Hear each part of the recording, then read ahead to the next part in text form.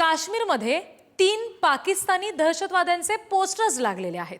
पहलगाम दहशतवादी हल्ल्यामध्ये सहभागी असलेल्या दहशतवाद्यांचे हे पोस्टर्स आता जारी करण्यात आले। दहशतवाद्यांची माहिती देणाऱ्याला 20 लाखांचं बक्षीस जाहीर केलेलं आहे। हे दृश्य सध्या आपण बघतोय। दहशतवाद्यांची माहिती जो कोणी देईल त्याला 20 लाखाचं बक्षीस जाहीर केलेलं आहे।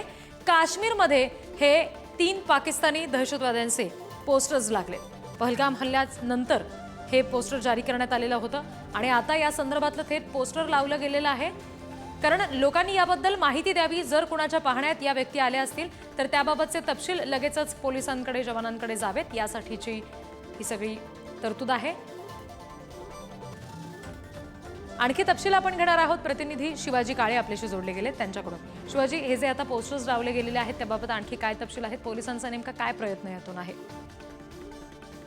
पहलगाम हल्ल्यातील जे आरोपी आहेत त्यांची सगळीकडे पोस्टर लागण्यात आलेली आहे आणि या सगळ्यांच्या मध्ये सगळ्यात महत्त्वाचं म्हणजे त्यांच्यासाठी 20 कोटीचं बक्षीस ठेवण्यात आलं आहे।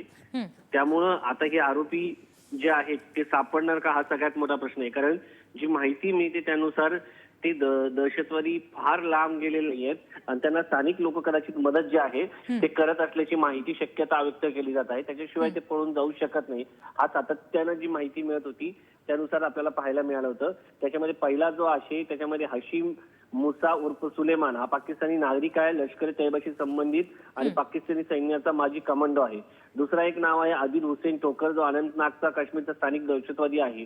अली उर्फ तला हा पाकिस्तानचा नागरिक आहे। साधारण 7 लोकांची नावं याच्यामध्ये आपल्याला पाहायला मिळाली होती। एक हसीम फौजी होता, सलमान शाह होता, अब्दुल तला होता, आसिफ शेख होता। याच्यापैकी 3 जे महत्वाचे आहेत सुरुवातीचे त्यांची जी आहे पोस्टर सध्या लावण्यात आल्याची माहिती मिळत आहे।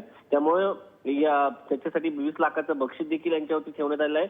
त्यामुळे हे दहशतवादी जर सापडले तर निश्चितपणे भारतासाठी एक मोठा हल्ला पाकिस्तानवरती होऊ शकतो आणि दुसरी गोष्ट म्हणजे हल्ला म्हणून समजलं जाऊ शकतं आणि दुसरी गोष्ट म्हणजे पाकिस्तानचे जे पुरस्कृत दहशतवादी आहेत त्यांचं कंबरड मोडण्यात अधिक प्रमाणात यश मिळेल आणि या सगळ्यात पहलगाम हल्ल्यामध्ये ज्यांनी मदत केलेली आहे ते देखील समोर येऊ शकतात।